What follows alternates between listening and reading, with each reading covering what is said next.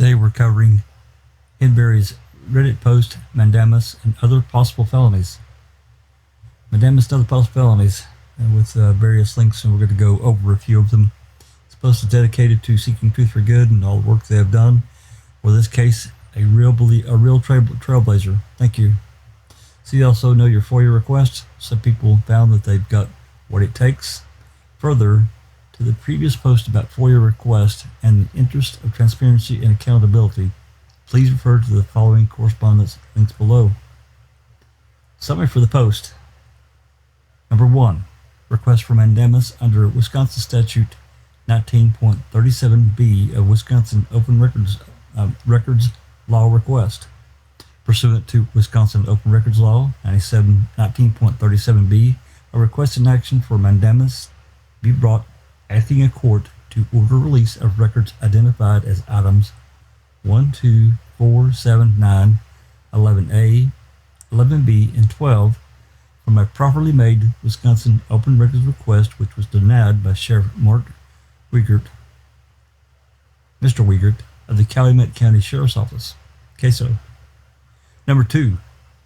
Notice of possible tampering with public records under Wisconsin Statute 946.72 and misconduct in public office under Wisconsin Statute 946.12, number 4. Further, to the above concerns in maintaining evidence integrity, please also consider the correspondence as a notice of possible tampering with the public records under Wisconsin Statute 946.72 and misconduct in public office under Wisconsin Statute 946.12, number 4, by Mr. Wiegert. And we have the various links that are included with the post. Our focus is going to be the request for mandamus and notice. Continuing, Dear Attorney General call regarding Calumet County Sheriff's Office, Mr. Stephen Avery, and the missing persons and murder investigation of Ms. Teresa Marie Habach. Request for mandamus under Wisconsin Statute 19.37b of Wisconsin Open Records Law on request. Notice of possible tampering with public records under Wisconsin Statute 946.72 and misconduct in public office under Wisconsin Statute 946.124. Number 1. Request for mandamus. Pursuant to the Wisconsin Open Records Law 1937b, a request in action for mandamus be brought against asking a court to release the records identified as items 1, 2, 4, 7, 9, 11A, 11B, and 12 from the properly made Wisconsin Open Records request, which was denied by Sheriff Mark Wiegert, Mr. Wiegert, of the Calumet County Sheriff's Office, CASO. The dates will not be provided. That they'll be. I will read a blank anyway. On blank date, pursuant to Wisconsin Open Records Law, Statute 19.31, I requested copies of public records held by CASO. See Attachment 1, Request. On next date, I requested an update as to the progress of my request. Attachment 2, Request Update. On the next date, Mr. Wiegert partially denied my request and invited a reply. Attachment 3, CASO Response. On the next date, Mr. Wiegert was provided with a reply and amended request. Attachment 4, Reply and amended request. On the next date, Mr. Wiegert refused to acknowledge or address the reply and amended request and or further questions and concerns raised therein, in effect confirming his partial denial dated redacted. Attachment 5, CASO Reply. Mr. Wiegert has not denied that CASO holds copies of the records sought. In support of a review and action for mandamus, I rely upon the circumstances, Wisconsin statute, and relevant and applicable case law, which were clearly explained to Mr. Wiegert in the reply and amended request letter dated, which remains unchallenged by Mr. Wiegert. For brevity and ease of reference, a summary of the unchallenged reasons why the records should be discussed is provided in footnote 1. I'm aware of your department's concerns about the release of the records sought Attachment 6, DOJ case notes. See also Attachment 4, reply and amended request. A7, DOJ emails. However, respectfully, I understand your concerns do not invoke any statutory or common law exemption to the release of the records sought, nor are your prejudicial concerns at issue.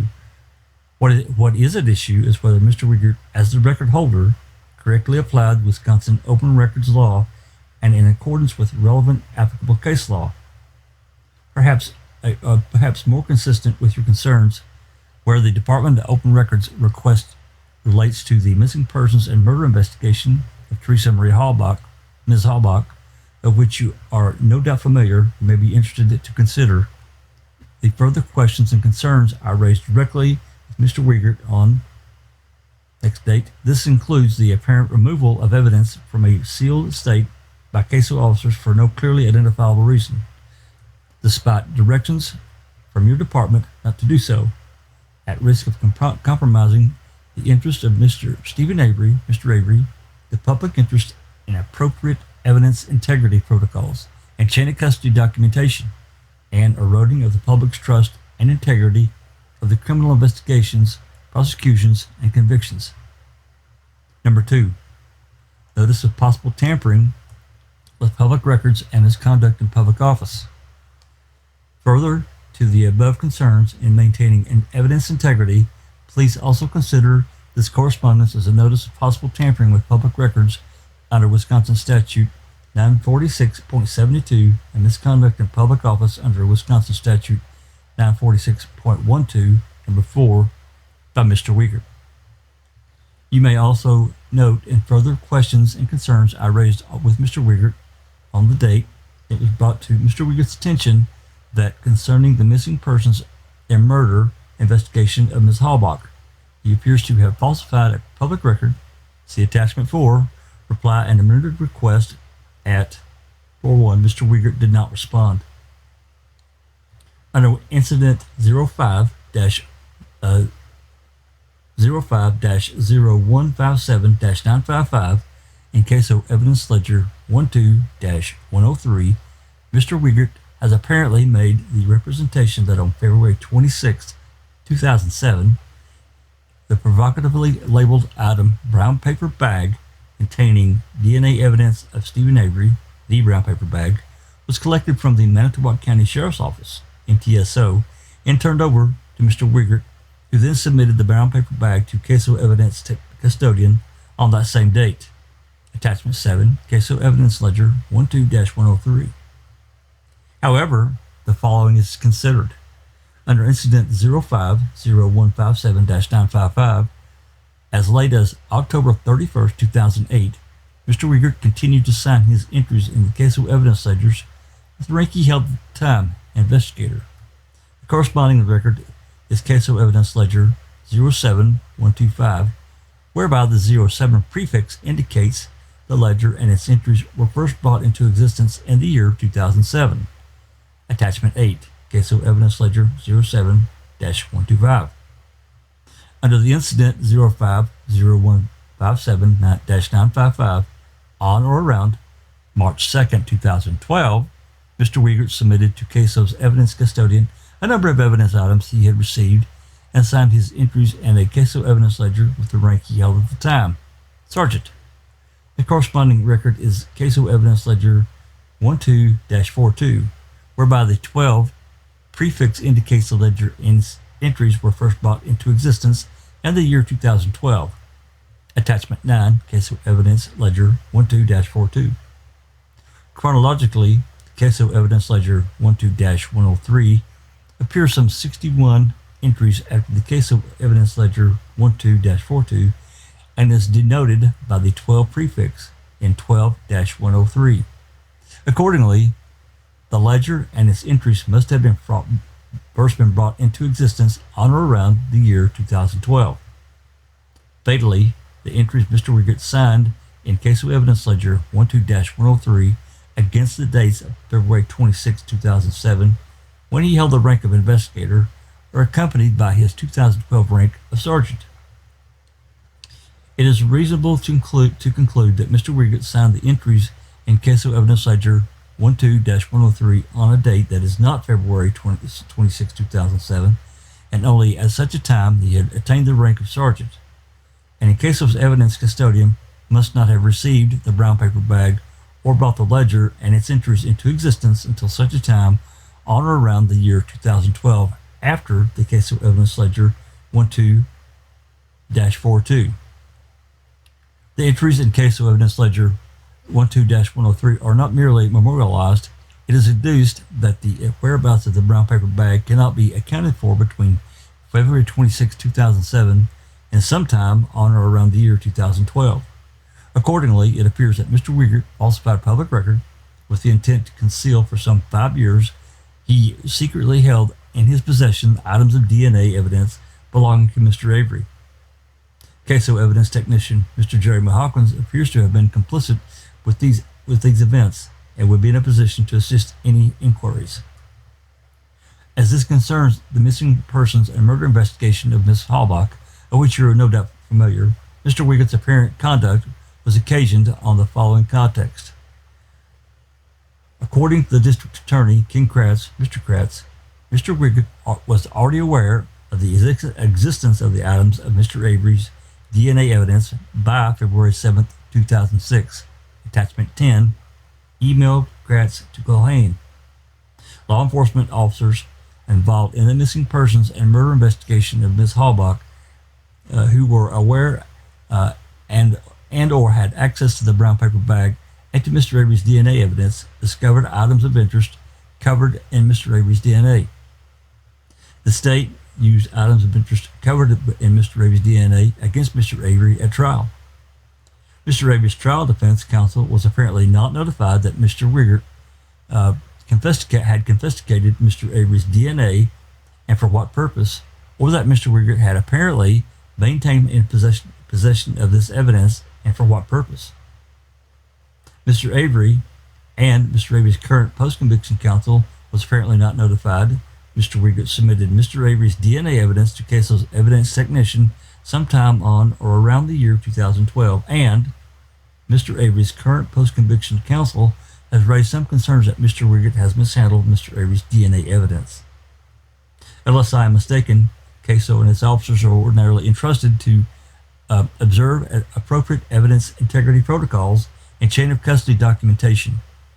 Accordingly, prima facie and distinct from memorializing, it appears Mr. Wiegert has tampered with a public record and occasioned misconduct in a public office by falsifying an evidence ledger document to make it the representation that the brown paper bag was submitted to CASO's evidence technician some 5 years before the event.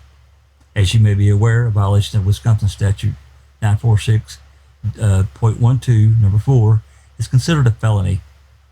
See State Law Enforcement Standards Board v. Village of Linden Station, 1980. Any person who is accused of a crime should not fear law enforcement officers will secretly procure samples of that person's DNA for any purpose or any protracted period of time. Should the need arise, Mr. Wiegert's conduct compromises the interest of Mr. Avery's, the public interest, appropriate evidence integrity protocols, and the chain of custody documentation, and erodes the public's trust and integrity of the criminal investigations, prosecutions, and convictions. As you may also be aware, the Attorney General has a history of investigating sheriffs for misconduct related to a previous investigation and prosecution of Mr. Avery, and on that occasion found no basis to bring criminal charges or assert ethics violations against anyone involved. In the context of your department's concern about the release of records sought, current proceedings, the state's ongoing dealings with Mr. Avery, and your own relationship to the aforementioned Attorney General, I'm aware of these requests from Mandamus and notice any consequent investigations may present a conflict of interest.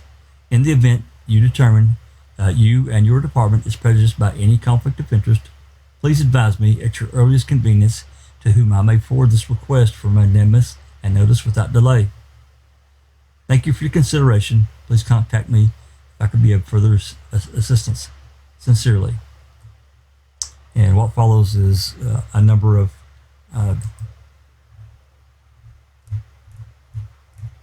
different things from he's got a table laid out here, the summary of reasons of supporting disclosures.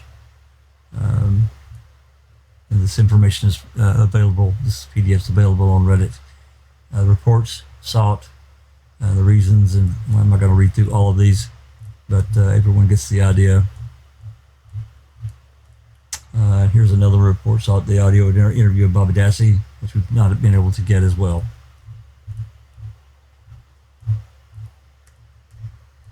And that wraps it up. Thank you. Welcome to the oh, shucks. Darn it. Okay, scratch that. Welcome to the Foul Play YouTube channel. This is a Powder Puff edition. Today we're going to have some random discussions about a few things. Jack, I heard there was a post that came up, and I kind of would like to hear from you a little bit about it. Okay, this is a Reddit post that Henbury posted a few days ago. It's concerning a Mandamus hearing or motion, I should say. Basically, this is the next step above when a FOIA, it's like an appeal. If a FOIA gets denied, you can move for a Mandamus a motion where you're asking the court to force the local agency or entity, whatever, to release the information because you feel that it's being denied you for the wrong reasons, or the applicable statutes have been implied or are being used improperly, which is basically what Henbury is pointing out. So in this particular post, he's talking about, if we started kind of at the beginning, he's talking about getting various pieces of information.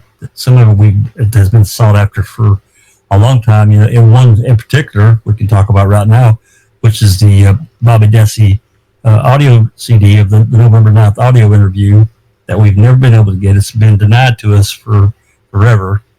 For whatever reason, remains under seal. It's got evidence tape on it, and we're just not going to cut that tape and release it.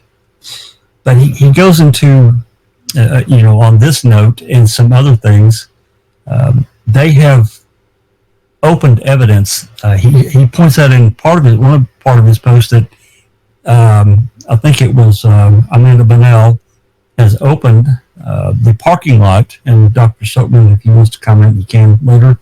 The parking lot. We've talked about this parking lot from the RAV a lot. That package was opened in 2017, I believe. My dates are correct. And whatever was done to it, and then repackaged. But the evidence tape was cut.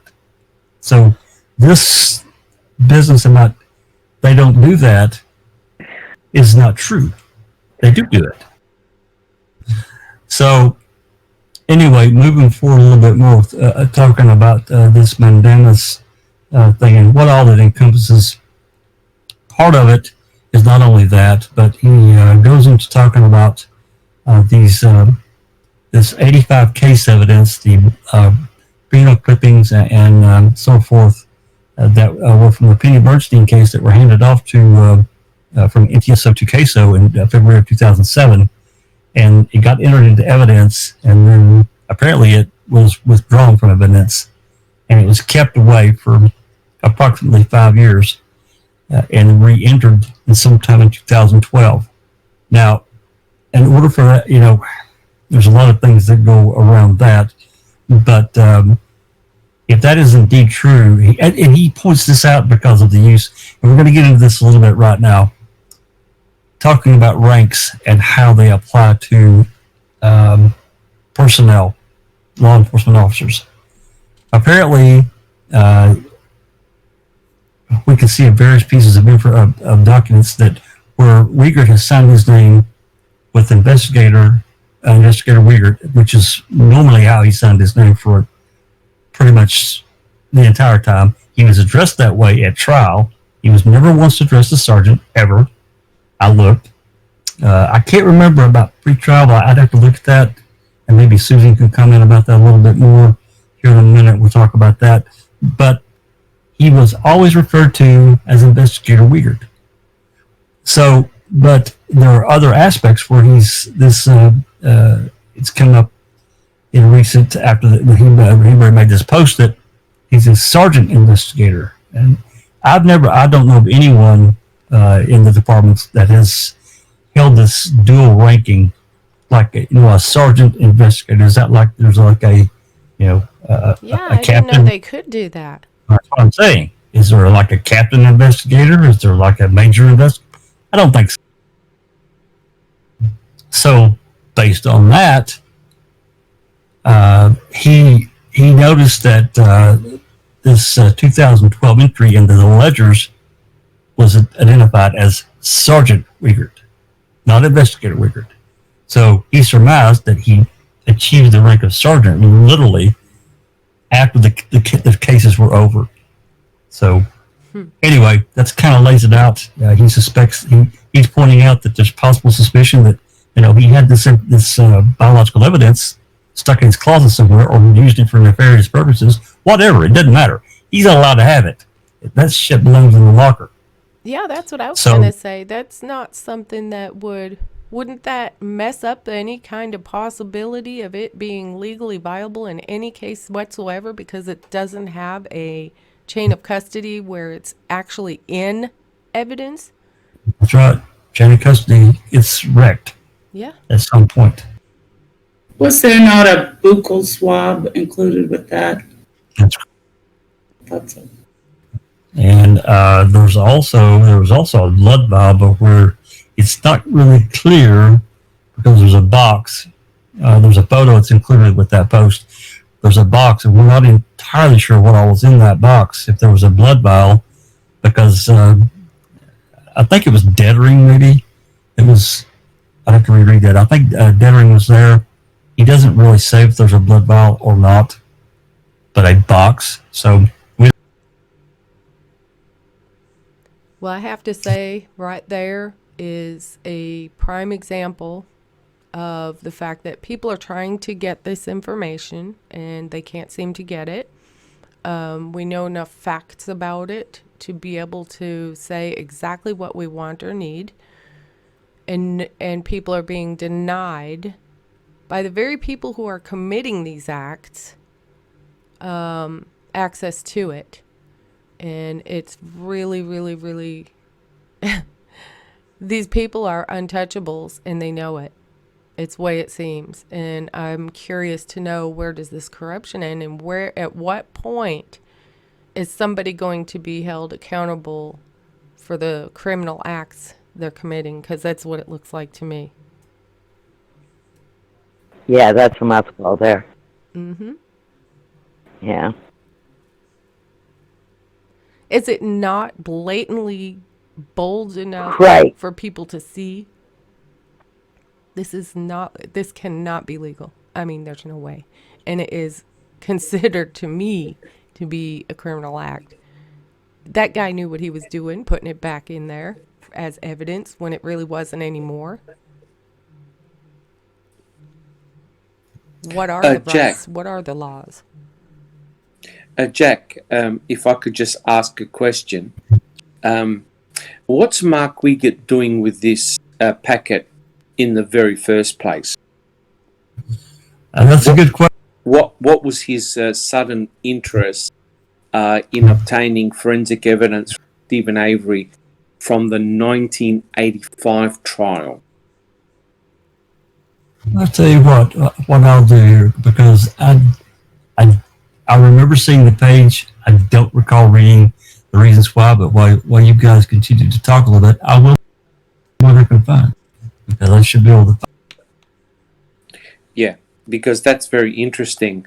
But what I think is important to try and work out is what precipitated State and obviously Mark Wiegert to go and get this piece of forensic evidence in the first place. Is it because Stephen Avery brought up the possibility of planting his blood in the Toyota RAV4. So was the state potentially interested in trying to find all sources of where that blood could have come from?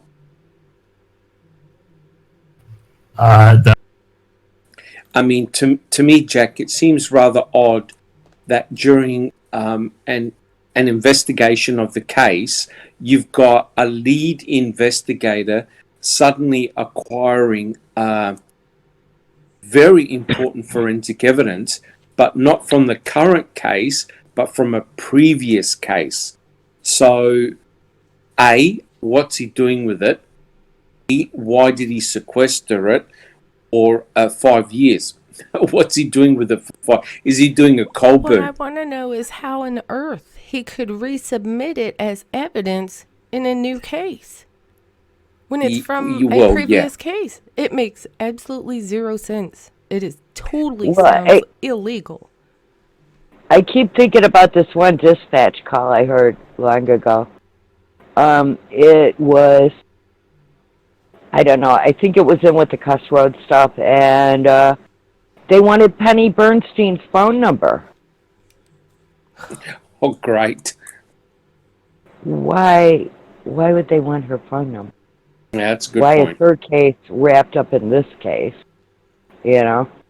Yeah, but it looks like BB, that the state has never let go of that particular incident. It's rather crazy, but I think the fundamental question for me is why Mark Wiegert acquired that forensic evidence from 1985. What's the motivation here? Well, we can see what happened. I could think of lots of reasons, but yeah.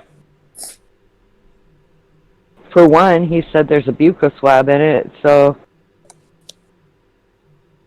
when did they check that hood latch? Yeah, that's right. I think it was in April, months down the track. Of course, after Brendan Dassey had his coerced confession. But yeah, it's very, very interesting. And I think from interpreting from what Jack read, looks like Mark Wiegert has been caught red-handed. Potentially he could be in a lot of trouble. One could hope. That's the way out. So it was originally acquired when? I mean, think about this. From a previous case. So where did he sign it out from? Or did he actually collect it from someone who collected it and didn't really put it in evidence? I'm really confused about all that. Well, originally, this is 85 case evidence. It's fingernail scrapings, buccal swabs, and So it should potential have been blood. in the locker. This straight up is wrong. It is so effing wrong. Right, and this was stuff that was at Manitowoc, locked up. I still haven't found the page yet here. And so that means that technically, in order to obtain that stuff, someone had to sign it out. Well, if it's in the evidence locker, definitely have to sign in and sign out, because remember that was what the Stephen Avery's defense team were querying about the blood vial that potentially could have been taken out of the one of the officers that could have been used to plant blood in the Toyota RAV4. So it's rather interesting that all of a sudden you've got one of the lead investigators in the case suddenly acquiring forensic evidence from the 1985 case that Ken Kratz has said in open court has got nothing to do with this case. So what's Mark Wiegert doing with this material? What it reminds me of is when Vogel had Gregory Allen's file in Stephen Avery's information. And Correct. wasn't the nail clippings and the pubic hair kept together in the evidence, and that's exactly what exonerated him the first time? Yes, was a the hair. pubic hair did. Yep. The pubic hair Not did. the fingernail clipping. Not the fingernail, but they. No, So that's what they no. found, One little along hair. with the pubic. Yeah, along with one little pubic hair. The There was thing, like the 2 hairs, but 1 hair only had a bulb on it. correct, Yep. Yes. correct. With Yes. the fingernail scrapings, the judge, I think I can't remember the name of the judge. Even though it showed, sorry, Jack, what was that? Hazelwood. Right. Yes. Even though it actually showed a brand new allele that didn't belong to Stephen, the judge wasn't convinced. He said it could have been simply from Penny touching one of her rescuers or from somebody else, which is Yeah. rather amazing because Hazelwood could have then and there exonerated Stephen, but he was not prepared to. Yeah. My point being Okay. is that it reminds me of those shenanigans. Correct. This is page 1095 of the CASO report. Evidence transport duties 2/26/2007 from John Dettering. Documents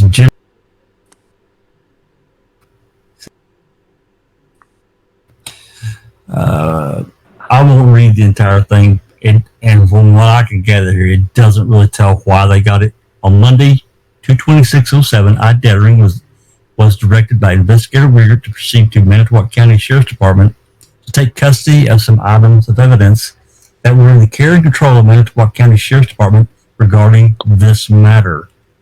What?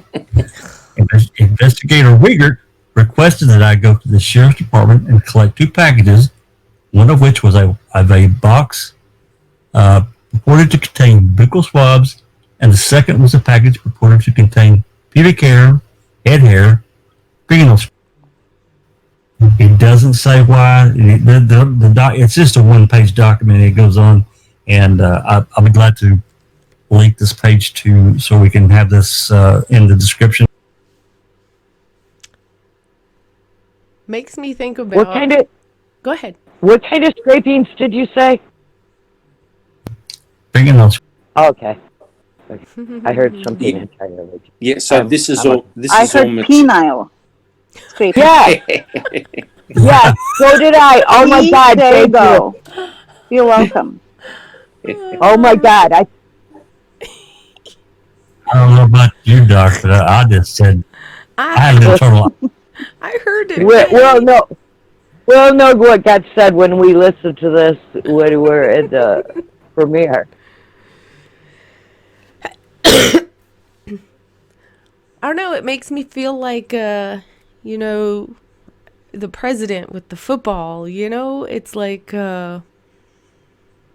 just seems like this for sure makes this all look like it was so premeditated, this whole setup, that it's not even funny. The last paragraph here says, I did transport these items back to Calumet County Sheriff's Department, and at 12:50 hours, I did sign them over to Investigator Wiegert. Transmittal used was at Manitowoc Sheriff's Department transmittal affixed to the box. Yeah, but I think we need to take one step back. I think all they're doing here, Jack, is dotting their I's and crossing their T's. Make sure that any evidence that should be where it should be is actually fully documented. It's like Colburn writing a report, years after the fact, just to make sure that for the record there is a report. And I see this as Wiegert just basically covering his tracks to make sure that he's not caught red-handed with this forensic evidence. And like I said, my original question is, what's he doing with it in the first place? Mm-hmm. That's a possibility that he's trying to cover his backside and make sure that whatever evidence. I mean, could not be a good thing for Brendan if it turns out that he is actually as dirty as what we think he is. Say that again. If it turns out that Uyghur is as bad as what we think he is, and these signatures and everything like that, could that not go good for Brenda? Well, it could certainly have an effect on. I don't. The problem is, it's kind of like what Doc Silkman, and he can agree or disagree with me on this, but it's kind of like what he was talking about last night. It's words and words alone, Yeah. right? Yeah. Yes. Yeah. Correct. It's like Correct. the dream killer thing. Yeah. Right. Yeah. And don't forget, Mark Wiegert did this same shenanigan with the hood latch swabs, forging a signature. Oh, indeed. Yes, he did. So he was caught out, I think, by Kathleen Zellner, or another investigator detected it. But, she basically followed the swabs, the apparent hood latch swabs, and it looks like Mark Wiegert, was it Hawkins? He forged he forged the signature. So how does that work out? And it seems like he's doing it again here, but using, I think, Jack, you said he's using a different rank from investigator to sergeant. That's correct. Yeah. So to me, it's very interesting. I think the defense, when they brought up, and also Stephen, when he originally brought up the fact that, because remember, Mark Wiegert and Fassbender interrogated Stephen on November the 9th, 2005. And during that interrogation, Stephen had mentioned about, remember, he said about Tammy Weber, that he heard that a police officer had planted the RAV and planted evidence. So I reckon this precipitated action by the state to have a look at where all the forensic evidence pertaining to Stephen was held and what was in it. So that might explain why Mark Wiegert all of a sudden has got the fingernail scraping, swabs, pubic hair from 1985. Blood. I think they took it. Blood. I think they took it seriously. Yeah, that's a possibility. I guess I'm more so, and it's probably a fault of mine. I'm just thinking of it on more nefarious terms. Yes. And I try not to do that. You know what I'm saying? Hey. Well, don't he hold That is it for a nefarious. very long time? When he gets it out, he holds it for a long time, right? Well, it was, as it's written, as Henbury has written this, it was entered into the log, but then it was taken out for no reason at all. And then 5 years later, it shows up in a 2012, because these ledgers are, the way that they're denoted by 12 and then dash whatever number. So a 12 would designate the year 2012. So why would he take it out of the ledgers and then 5 years later it reappear again? It doesn't, and there's no documentation. And when he puts it back, That is totally nefarious. It is nefarious. Is he then at the rank of sergeant?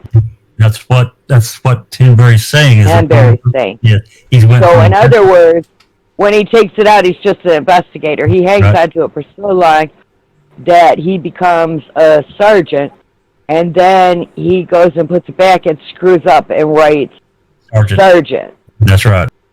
I'm pretty sure that I saw under Henbury's post where people are commenting, people brought up some different papers where he had actually signed Sergeant Investigator in 07. That's right. And that again, that's why I said earlier, this begs the question, where does this come from, this dual rank? Because they are two ranks.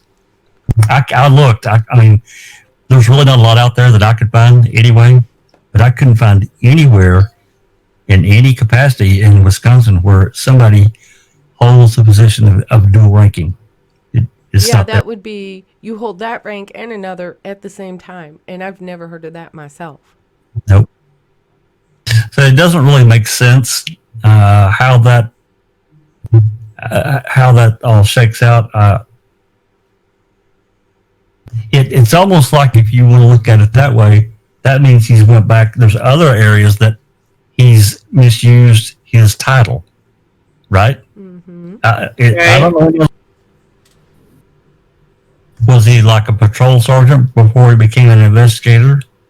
I don't know, because you can't find out his progression through the ranks after he joined CASO. I can't help it. Call me prejudice. I see this as totally nefarious in every way. It was Well, really, almost like either their way. insurance. Either way, if he was for some reason a sergeant investigator or just an investigator, it's the fact that the dates on the entries are, I think, the more important issue, isn't it? Well, see, that's kind of my thought, is that even if we drop the rank thing, the date entry is really screwed up. Right. Because that's bad. Let's just say he is a sergeant investigator. Okay, we'll accept that. What the hell is he doing with it? Exactly. I don't know. This may be more of a hand into, Doc and everybody else can kind of chime in and beat me around the head with it, but this may be more of a Travis question, or one of the other legal minds out there that can help us.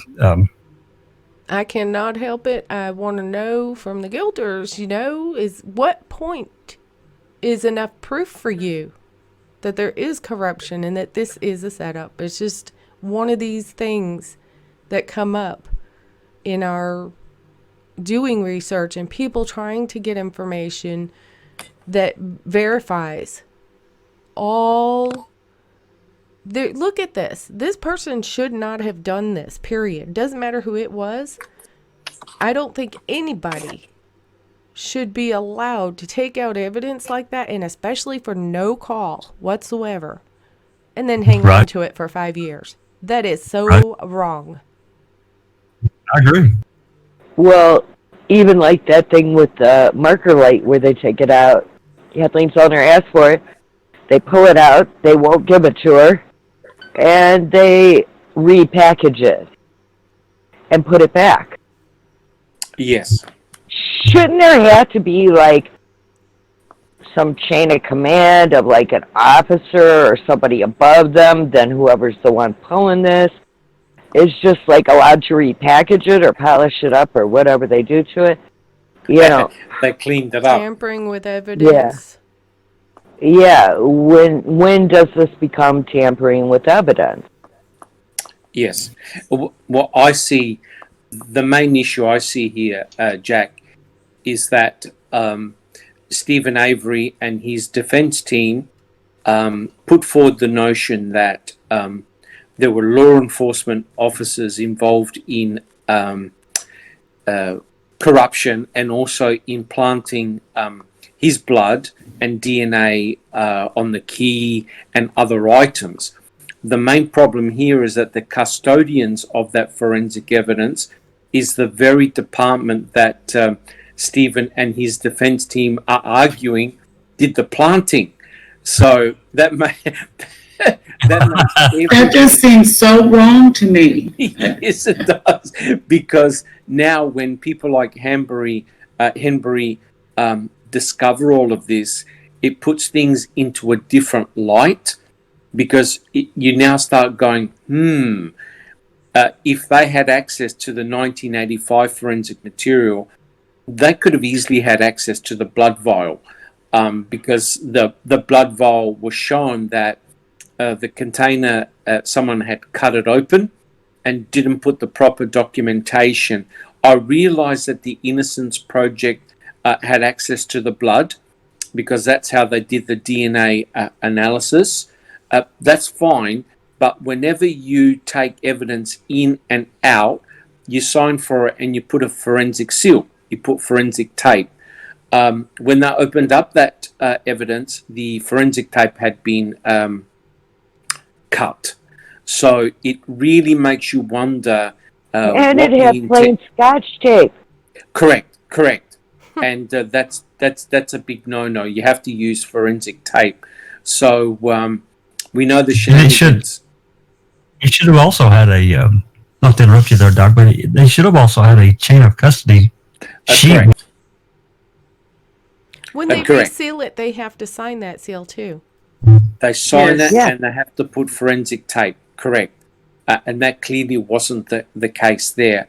You see, unfortunately, Is that because- not also kind of considered as a break in the chain of custody then? oh, for sure. Tampering. Mm-hmm. For sure. And, of course, who showed up at the office when they opened up the blood vial? Mark Wiegert. He was there. Yeah. So it's interesting. And also Mark Wiegert was the guy that presented the forensic evidence in court, remember? We'll call investigator Mark Wiegert. And he's the one that handled the forensic evidence, which is very, very interesting indeed. And is he now not the one that's able to reject everybody asking for FOIA? Correct. Mm-hmm. Correct. Which brings about, because sheriffs, we've had this discussion, sheriffs hold, basically it's their kingdom, their county is theirs, and there's certain things that they have the final say on, period. So short of taking this kind of action that Henbury has taken, without, I'm sure he doesn't have any deeper purpose than the rest of it, hiring a lawyer to take it to court. This is his only out. Mm-hmm. Yes.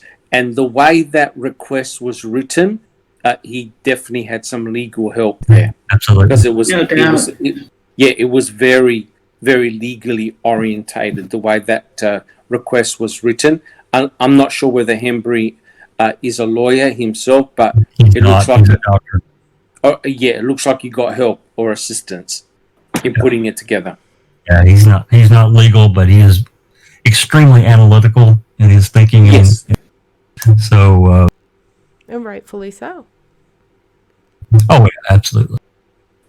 Doesn't this fact that Mark Wiegert is the one who approves or denies requests Mm-hmm. show extreme bias and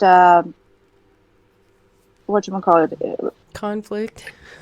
conflict of interest? Conflict, for Well, sure. another- Because he was involved in that, and as a sheriff, as a superior, you know what I mean? He's not neutral in this case, so he gets to pick and choose what he wants or not, and he can always give us some clause, pursuant to blah blah, and I think that's a problem too. Yep. Yeah. Stretching back to, let me go back to March of 2016. I know most of you guys weren't involved yet, but there was an email, and they've been published before. There was an email that got sent by corporate counsel of CASO to the DCI about the release of evidence, because someone had sent in a pretty considerable list to CASO for FOIA and for release of information. And it just so happens I know this person's a guilter. I know they are. I'm not going to tell you how I know, but I do know. But regardless of that fact, they were, I guess, pretty uncomfortable about whatever. But in an open records request has been, they are kind of on the front of saying, hey, it's public record. You should have access to it. So they didn't know what to do. So they sent off to the DCI about what are we going to do. And this conversation kind of went back and forth. And at that time, the DCI just basically said, we're not releasing anything. And we kind of encourage, but not saying you can't do it, but kind of lean in that direction. So, some of these things kind of get washed out to say, well, we're going to pick and choose what we're going to release. If we think it's going to hurt our case, well, you know what? Screw you. You can't have it. And that comes down to a final thing, and I'll shut up. One of the things it's actually several things. If you look at the table of that document that I read there in the beginning, record saw DCI documents, and he lists off two. Video referred to in 05-177648 CD property views, National Guard, talking about these electro-optical colorway films that have never been released. And also there's an 8 millimeter tape of scene by the DCI. Wiegert goes along and he says his reason for denial is that CASO is not the record holder, which is not true. The way that the statute is, written, he is a record holder because they have it in their custody. So he is considered also a record. He's trying to just deny and say, oh, no, I'm not a record holder. You got to contact the DCI. Sorry. Yep.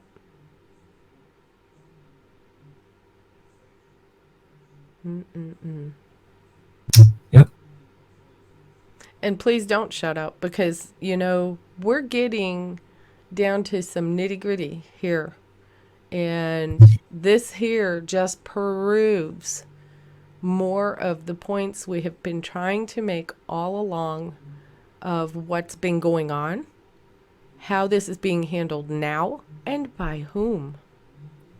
I'll give you another one. Here's another just really dandy thing that they've tried to pull, and not only on Henbury, but there's others I've heard the same thing from in their denial letters, is that records sought Wisconsin Crime Lab documents, DNA electronic evidence data. That was number 9. Number 11A, which we read off earlier, CD, other CDs equals CD of M-05-2467. 11B, Wisconsin Crime Lab photographs of the same M number. Reason for denial. Mr. Wiegert claimed that the request must specify what information is contained in the records. And he's quoting him, quote, please specify what it is contained on these CDs. Now, really? How can someone know? If we knew that, we wouldn't have to ask for them, right? Right. And actually, that's not illegal. The CD, is that of the scene? Recording of the scene? We don't really know. I know. They're just. You're asking that exactly. Yeah. Mm-mm-mm. Yeah, it seems like your classic stalling tactics, Sure. basically what they want you to do is to give up. Yep. That's what they hope that you do. Yeah, or he dies. Yeah, or one of the two. One or the other. Correct. And how can you know what's in a particular document if you've never seen it, right? And then they're using that as an excuse as to why they can't give you that document or item. Right. It's completely Write him ludicrous. back the proof of you setting this whole thing up, you fucker. I'm glad I wasn't the first one. Yes. I'm thinking that word a lot lately. I can't. But to me, guys, if this is a clear case of corruption by Mark Wiegert, then the FBI have to be called in,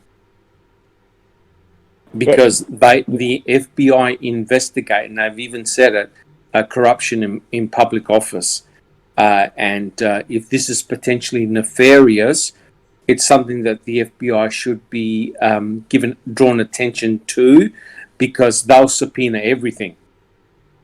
Yeah, what's funny is in all of this, it amazes me about how these people that are in law enforcement, how they have forgotten that they are still public servants and they do work for the people.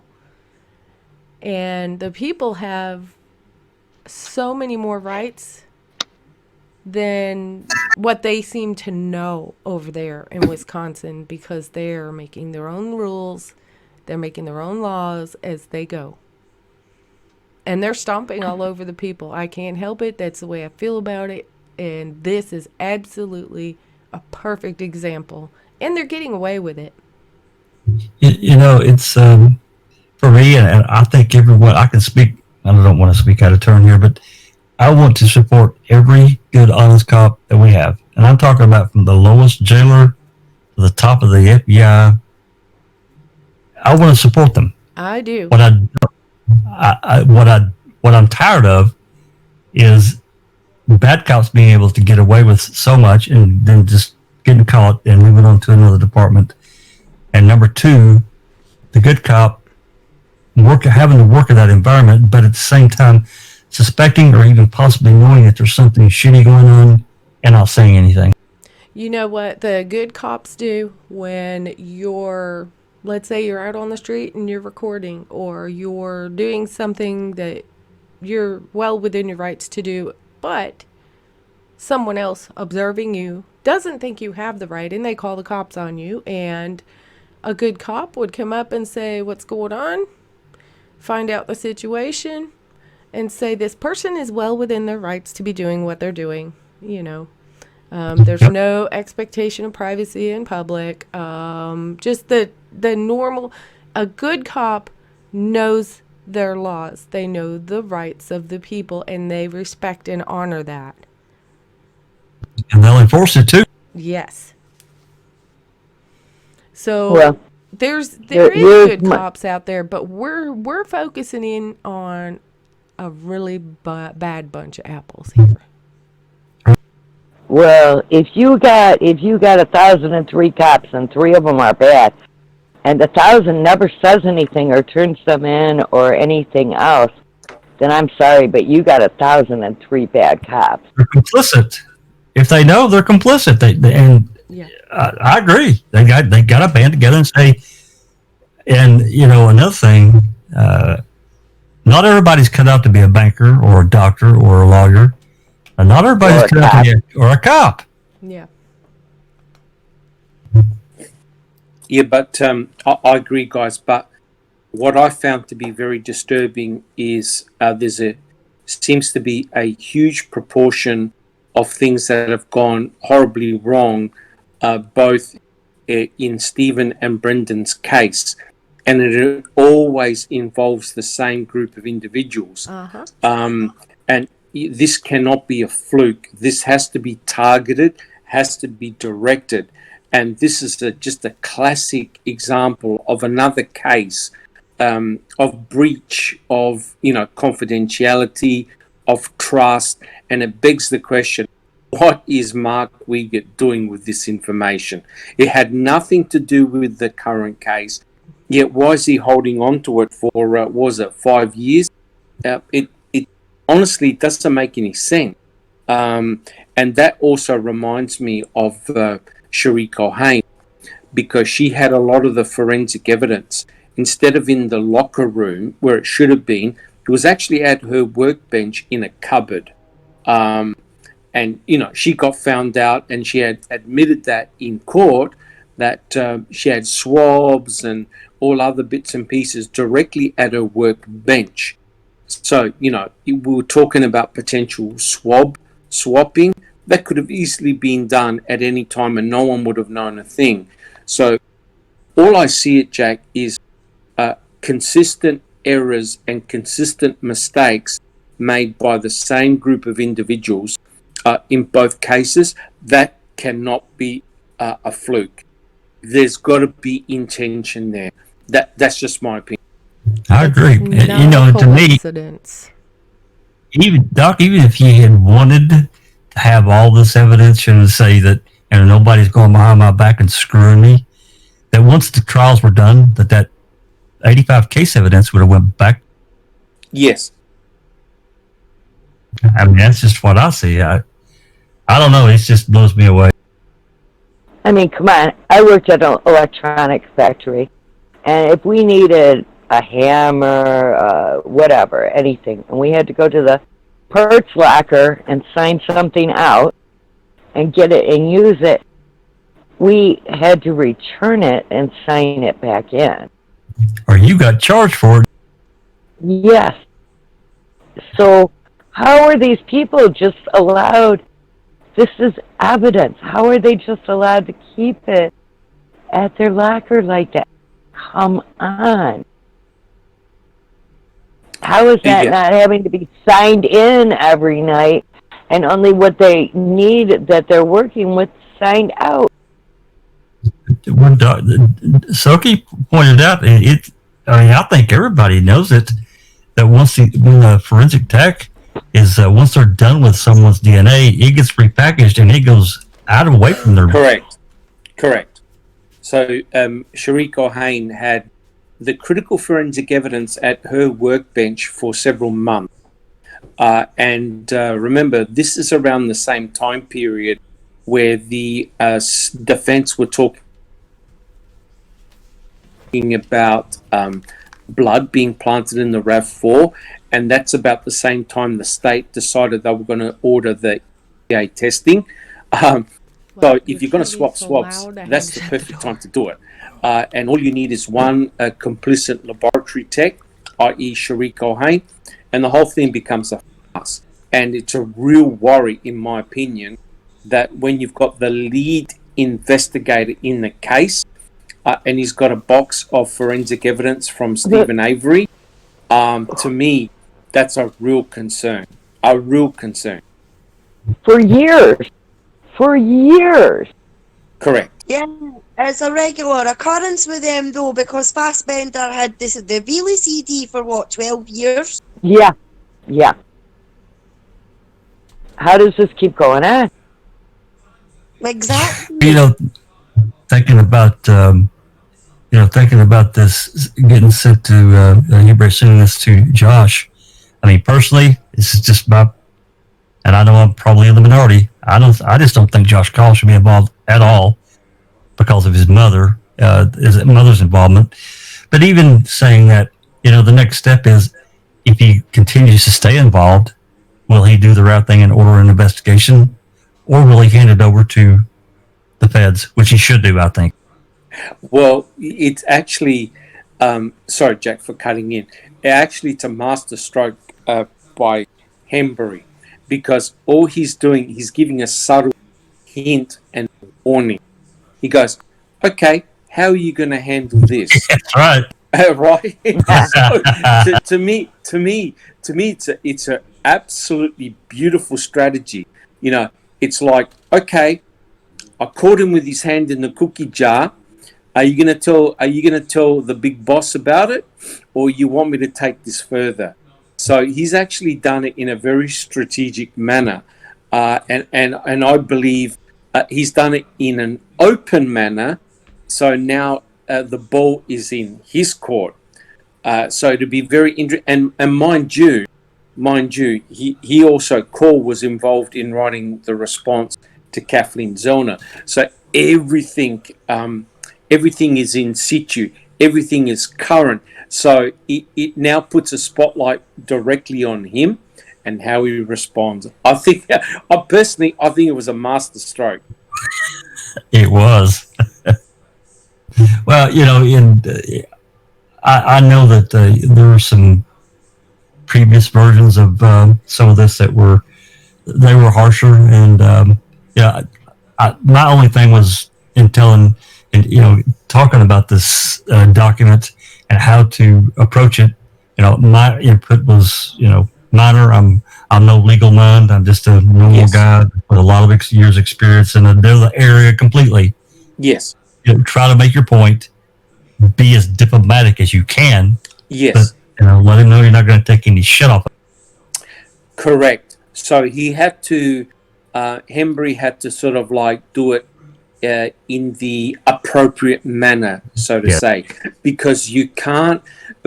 But basically, what the state want is for you to piss them off, and if you do that, they put up the roller shutters, right? They shut shop. They won't talk to you. You're banned. Everything is denied. They'll come up with some type of law or regulation that you've breached.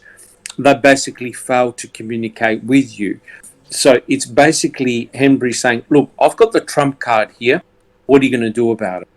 Right? And I think that's a really good strategic approach, because the next step is really to go to the Fed and, get to the bottom of it, to do a thorough investigation. And in a way, you see, this is what the MTSO feared with the civil lawsuit, right? Yes. The civil lawsuit was not really about the money. It really was to open up the MTSO, but also the crime labs as well. So they would have gone through all the documentation, checked out any potential nefarious activity, and they would have looked at a lot of cases, going back from Ricky, Hoxletter, all those historical cases, and Lord knows what the investigators would have found. So this little nugget of Mark Wiegert, that's a gem. That really is a gem. Yes, it is. Hey, Mose, what's up? Columbo. Yeah, I don't know for how long. I lost my electric twice today. Oh, no. Hi. Well, We tried to get a yeah. Yeah, whoever came up with that 60-mile-an-hour wind deal must be drunk. Hey, you wanted the rain in the storm. I said it was on its way. Oh boy, is it? We're not getting rain, we're getting wind. Yeah, We're that came probably with getting it. 75-mile-an-hour winds right now. Well, That's we how were I was having able to ship it to you discussions. so fast. We were having discussions on the post that Henbury had made. Yeah, I tried to get on here a little bit earlier and find it, but then, like you say, electric. I lose my electric, I lose my Wi-Fi. So Yeah. Well, I know how that is. that's a very interesting post that he's got out there. Yeah. Well, it You to know, that me could- seems so nefarious. I can't help it. I won't ever stray away from the fact that to me this just seems so nefarious. It's not even funny. Well, that could mean an awful lot of things, but none of them are good for Mark Wigger. Mm. I mean, regardless of how you look at it, he either falsified information and documents and tampered with evidence now, or he falsified and tampered with evidence and documents then. Either way, it's a felony. Well, yeah, that's what we were talking about just 2 minutes ago. It doesn't really matter about his rank. It does matter. But even if we drop the rank stuff that we highly suspect, the 2012 entries into the ledgers, you got a real problem there. Yes, that's a very serious problem. That brings to light an investigation into every document he signed through the whole entire case. And since this case has started, and Kathleen has been on this case since 2016, it's been an ongoing investigation, so statutes of limitations would have been frozen. I called and asked that. That's how I know. Really? Yes, because I didn't know. I was really up in the air on whether the statutes of limitations would give him something to hide behind. But the fact of the matter is, as long as there was an ongoing case, which Kathleen has had since 2016, there's no statutes of limitations to that. To add to that, it's really strange to me that it seems to me like that the cases that they've always continued to have this case open. It's never really been closed. I mean, look at CASO.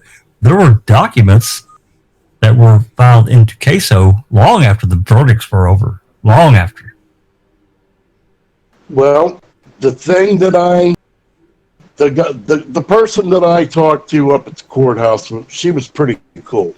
She really was. What she was telling me is if they reopened the investigation and was asking questions in 2007, which we know they did, or 2008, when they went back and talked to Bobby and them again, Is that when that was? I'm guessing that's when it was. It was It's after 2017. Zellner. Yeah. Okay, 2017. That Yeah, shows Deidre. that the police themselves have an open investigation unless they have documentation that says they closed. But they do. I've never seen it, and I've asked for Well, it. Before we move too much further along, I'm going to ask everyone a question. I'm not, Doc, you probably haven't seen it in the office wall. We were talking earlier today. Actually, Glenn is the one that prompted me on it. He began listening to the CASO Dispatch calls. oh God. Yeah, and around the 3 hour mark in the on Channel 6, he noticed that there was a discussion about For the third. For the third. Yeah, 11:3, Channel 6, about 3 hours into the video. This was a pretty full channel. Yeah, this is what we were talking about when I lost my electric the first time. Yeah. This dispatcher was he had called back a reporter, I guess that had called and was talking to her about the missing persons case, and he was giving her some information about Teresa, and it came up about any information about her, and I can't remember the exact wording. I'd have to listen She to it. hasn't been on record since '99. Okay, thank you very much. She's been clean. She's been clean since '99.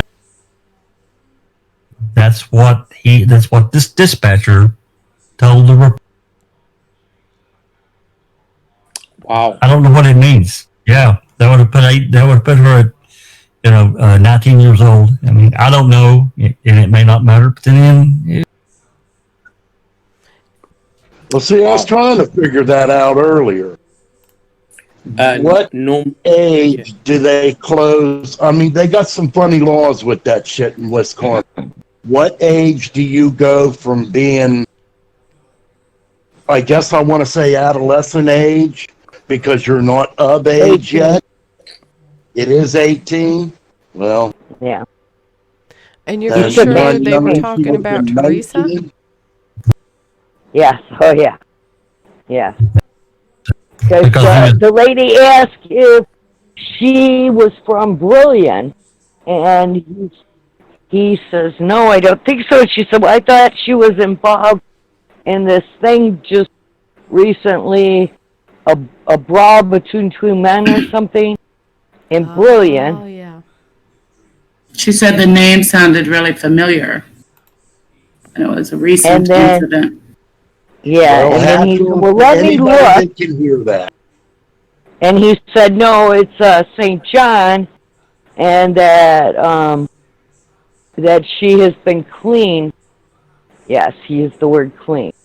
He looked up her name. Her record.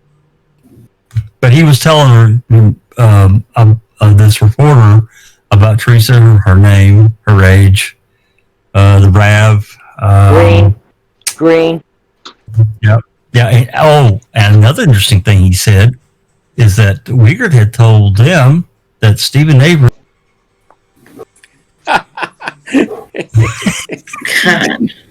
Wiegert again. And then he says something about, and some other person that was on the list that they tried to call, and they said that they weren't talking to him or going to get a lawyer, and they said so they're going to go talk to that person.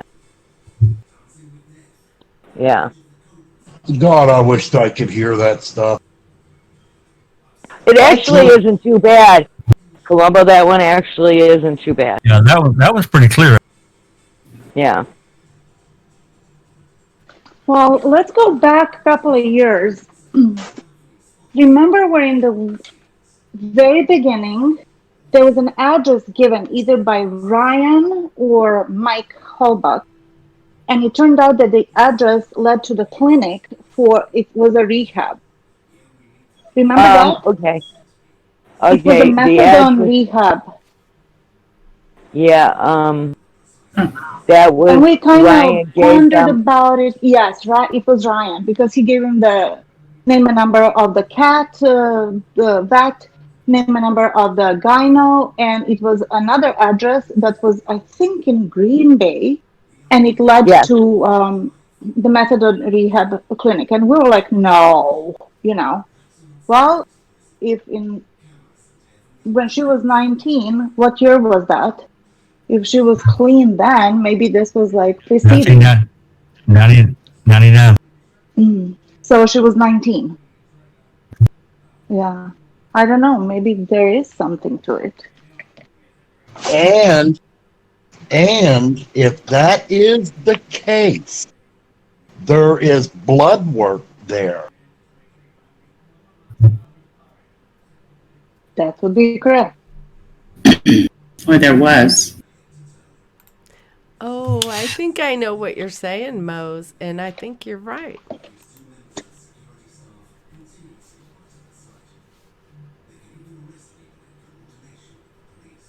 About the statute? About freezing? No, I'm sure it works the same. About a blood? source of blood for her. Yeah. Yeah. Source of Yes. blood. Oh, okay. If you go and you're on a heroin clinic here, they just replace it with another drug. That's my opinion, and I won't change that. But they give them whatever the hell other drug to get them. Methadone. Methadone. Okay, methadone. But in order for them to do that, they have to do periodic blood work, Correct. and it has to be documented. I just thought they did urine. I don't know. Yeah. No, they have to see a complete blood work and Yes, to they the sure do. substances and whatnot, and urine too. But also, like they have to maintain the electrolyte balance or imbalance. So that would be all monitored. This It is might be a correct. painkiller addiction or something that she's might have had.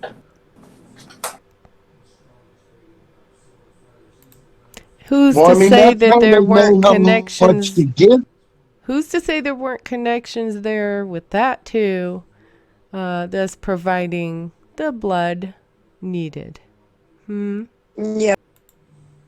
I think that's Yeah. Right. Yeah. That's. Well, yeah. They would check for STDs. They would do. Easy as it is for them to, if they know that this has all happened, as easy as it is for them to know that that's there, they might be able to go and get it and take it away so it won't be there. Oh, we've seen But- how possible that is. That there's Yes, certain individuals yes, that have I access get to that. anything at any time that they choose. And no one will stop them. We have proof of that. But what I'm saying is, if they used Carmen Wells, everything and Teresa would still be alive in that theory, if you run with that, Right. they would also have to do something about that, because that is a paper trail, Yes. Right. and They would know exactly that was Teresa's. yeah. let's take this to a different direction. I'm not saying you're wrong. I'm just saying, let's just drive down another road here for a minute. Let's just say that Teresa got mixed up into some, whatever trouble, and it caused problems within the family with her and her mom, and because they seem to be pretty conservative, just from what I can tell. Of course, they haven't really spoken too much. Well, that's But lightly, but okay. well, let's just say that this caused a rift in the family, because we've seen this lack of emotion per se, and this disconnect. She goes and she goes off on her own, whereas and there's still a connection, but there doesn't seem to be. I don't know. It's hard to put my finger on it, and I don't want to be accusatory, but there seems to be this disconnect here. And is it from because there was issues, there was a problem that has never really been resolved between her and her folks? I don't know. I'll go with that. I'll go with that. We'll And maybe see. that's why we have whitewashing of Teresa and portraying this angelic person. Now, Because see, maybe what you're she was a saying, black sheep. what you're saying, it kind of goes with something that I've always had a problem. Why would a 25-year-old girl give up all of her inheritance to her step?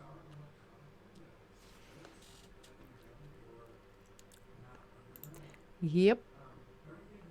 That didn't make I sense. mean, that's never made any sense to me. Period. Period. I mean, I know the average person that's on here lives in a city or suburb area like I do, but when you live in a country like she did, that land is everything to the family. It's gold. Yeah, to every piece of the family. To up and give up her inheritance and all that, no. There's why. I've never heard an explanation for it. I don't know, Mose. It's just we're clearly missing a huge chunk, which goes back to saying, is it worth trying to FOIA this information? I mean, I don't want to dive off into somebody's personal freaking life, but I want to close the door if there's nothing there. I want to close it and just move on. If we don't close like it, a thorough investigation. right, I want to close the door, or if there's something there, then ladies, we can drive a little further. But I don't like a rabbit hole because this bothers me. It hangs on me and says, "Well, what the hell happened in?"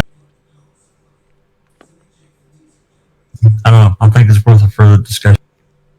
Or prior to 99, may have gone on for a while. It's possible. That's right. It's like almost a given that if she was in a rehab once, she was in a rehab 2, maybe 3 times.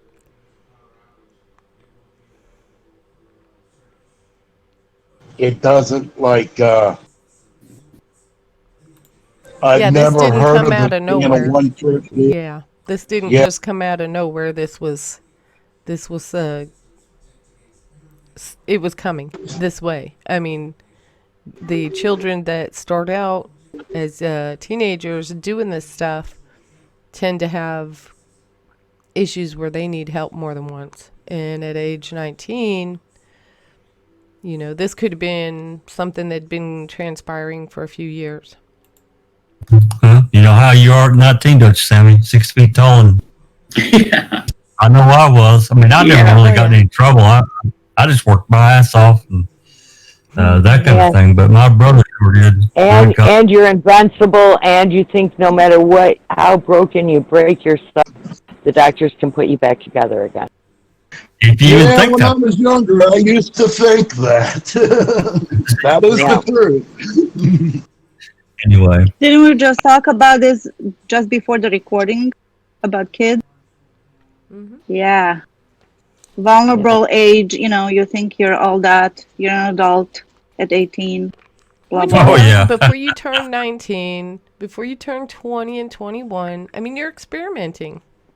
Let's just, be honest here. I mean, you're experimenting one way or another, whether it's just on a social level or pushing every boundary you think, you want to challenge. I mean, it's just the way it is when you're young. Sure, you got all that energy to expend. You cannot find yourself if you don't hunt for you. Mm-hmm. It's a good analogy. Anyway, I thought that the call was interesting. There's another call that I heard.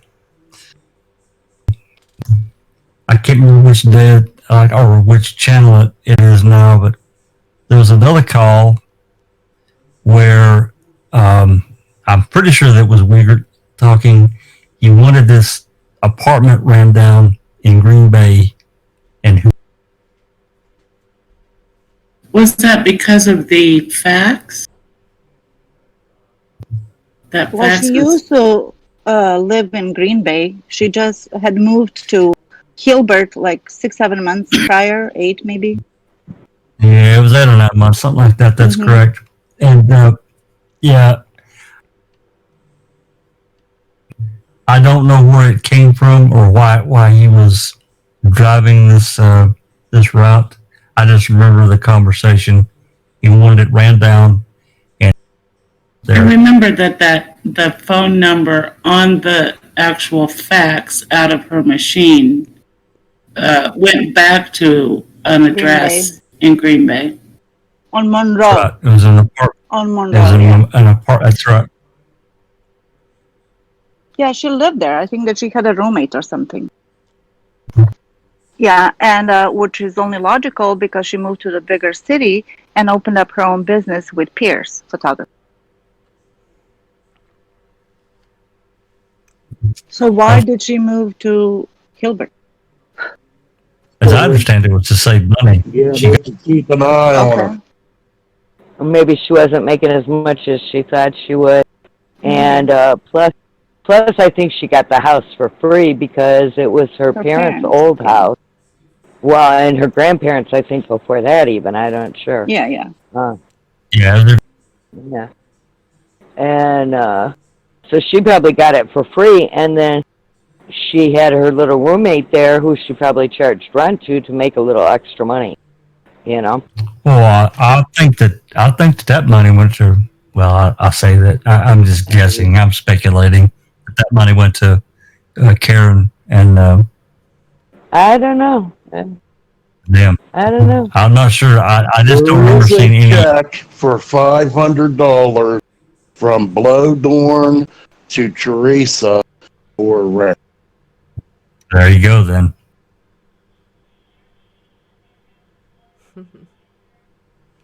Well, it makes sense because she was making $8 and what 75 cents per picture with Auto Trader. With With Yeah, all the she- driving.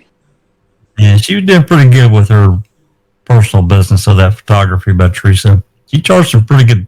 Yeah, photography is expensive. Yeah, but I still, was just you know, thinking that wasn't very much money, to be honest with if weddings are few and far between, and you. Right. you know, I mean, hell, she could spend $20 worth of gas to get there to take an $8 picture. Yep, that's what I'm saying. That don't seem right. Yeah, well, we don't really know how many hustle shots she was doing. I'm sure she was doing as many as she could if she didn't have to drive.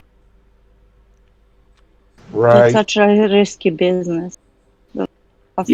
I think you can see all her bank records, deposits from Auto Trader, and Yeah, it was about a month, I think we had, or something, wasn't it? Something like that. Maybe 2 months. I don't know. yeah, maybe 2 or Pam's 3 not months. here, Yeah. I would ask her, but she does have that. And Pam jumped into her financial thing for like, I don't know, close to a month. And there's several little bits and pieces of that we just didn't give her a warm fuzzy. I mean, I don't know what they were. I can't get into that. I mean, money, it's a check. A checkbook. You know what I'm saying? I don't know where the money come from that went in it, and I don't know what she done with the money, how she got it out. Pam's thing is the girl did not spend money to.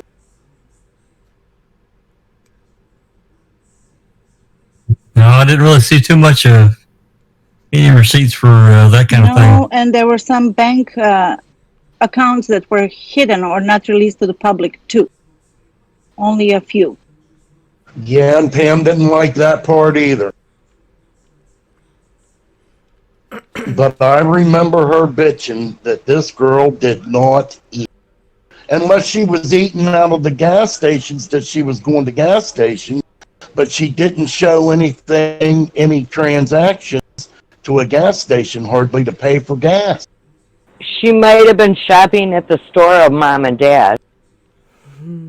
That could easily be on those other accounts. Come out of it. When I was young, I used to shop at the store of dad, Yeah, my son does that all the time. and I'd go home and he bought my stuff that only I ate, so clearly it was for me. He would stock the house, and I'd come by and grab a bag and fill up a bag and grab some laundry detergent and my favorite snacks and things that I like to eat that weren't things that he liked to eat. So they were clearly buying for me. You know. Yeah, I know how that works. Right. Well, I Grab think, some canned goods. I think we've gotten some good discussion in here about Henbury's post and a few other things and opinions. And I do a lot of speculating, and I know that. But it's how my mind works, and sometimes that's how people figure shit out. But I just want to say, if there's anybody that wants to bring up anything else or make another comment, go for it. I was going to say, if I could just make the quick comment, because unfortunately I've got to go. But yeah, the discussion has been awesome. What we were just talking about now is really an area, you know, a real important area of victimology and all sorts of things that we can get into. But just getting back to the original discussion, what do you reckon Mark Wiggett's going to do now? Cover his behind. Is he Hide in the cave behind Ken. Yes, No. that's what I reckon. Behind the mat. No, I don't think so. Here's my opinion for that. I think that Mark Wigger is actually going to, and this is going to sound stupid and crazy, but I think he's actually going to go and get the paperwork that's there and try and put something else in there, somewhere between the two.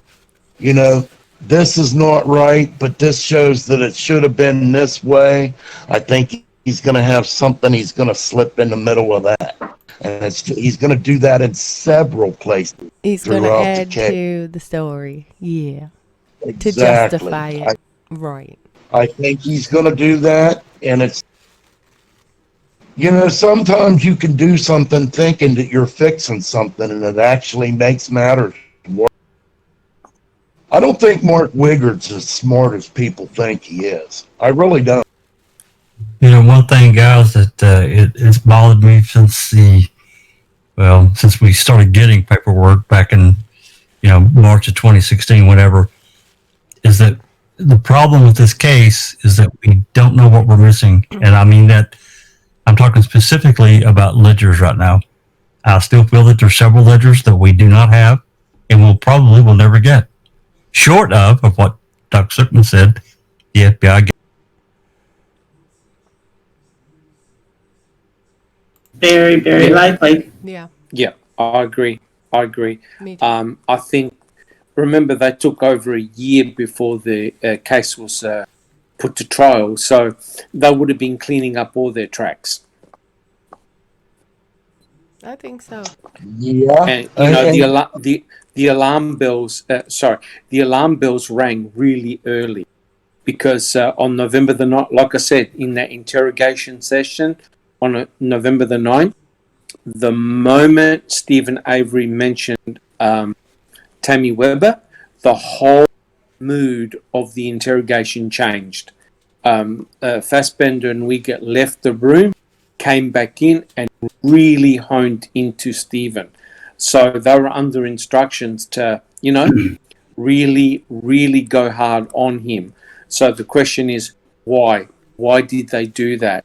They first of all tried the soft approach, and then as soon as Stephen mentioned planting, getting information from a police officer, the whole mood changed. So maybe maybe we getting Fassbender were thinking, do we have a snitch in the department that's let out information?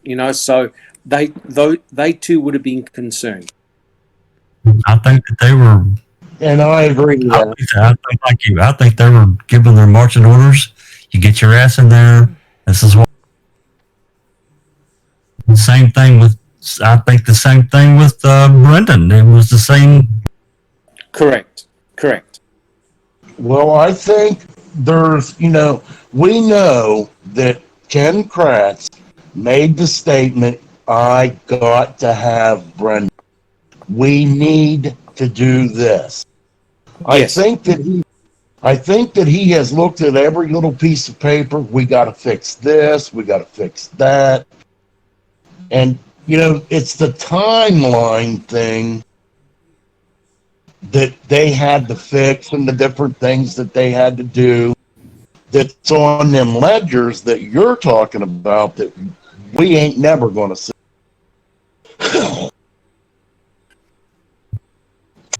I mean, that's sad. That is sad, but I believe you're absolutely right. You will never see it.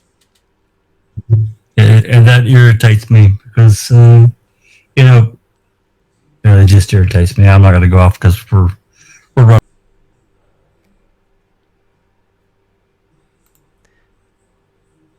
Well, just so everyone knows who's listening, this is how our conversations go down in Discord. And would love for you to join Discord. Come on over there, give us a chat.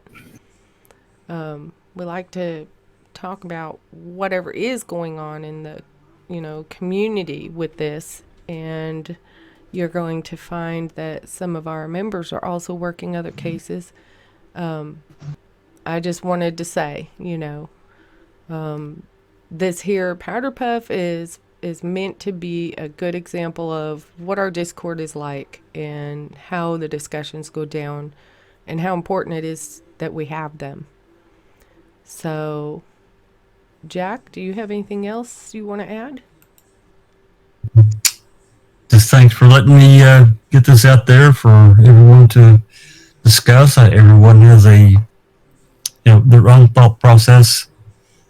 I just felt that it was important. I think it's going to remain important for the foreseeable future. Is. It sure is. So thanks for letting me get it out there, and thanks to Henbury for allowing me to speak on his behalf. I can't say how much I appreciate and respect the guy. He's, Yes. Yeah, and it's really nice of him to let us have a crack at his paperwork and discuss it. Hopefully, at some point, he can, get enough free time that, he can get on and really get into some more of this and talk about it. I certainly look forward to it in whatever capacity. Well, yeah, talk about anything, right? Well, yeah, but I really want to pick his brain on this a little bit further. And it's always better to come from the horse's mouth, so to speak. I guess I'm just a secondary. I mean, I knew where a lot of this was heading, but at the same time, to get it from him, I think is better. But thank you. Thank you, Jack. Thank you, Jack. Yes, thank you. Thank you and Henbury. This is vitally important. It really is. This is good information, even at the beginning of his embarkment on this. It's vital. People need to know. So if there's nothing else, does anyone have anything else they want to say before I close this out? I'm just wondering what Carol Baskins would have to say about this. Jack. You mean the Taggart King. Oh, I mean Joe, yeah. That fucking Carol Baskins will beat you. She will That's kill not you. the part that's scary. After she's done, she'll feed you to the alligator. She will keep, don't you let her tell you she don't have no big hopper that she feeds at me. She does. That having been said, don't count the days. Make the days count. This has been a Foul Play production.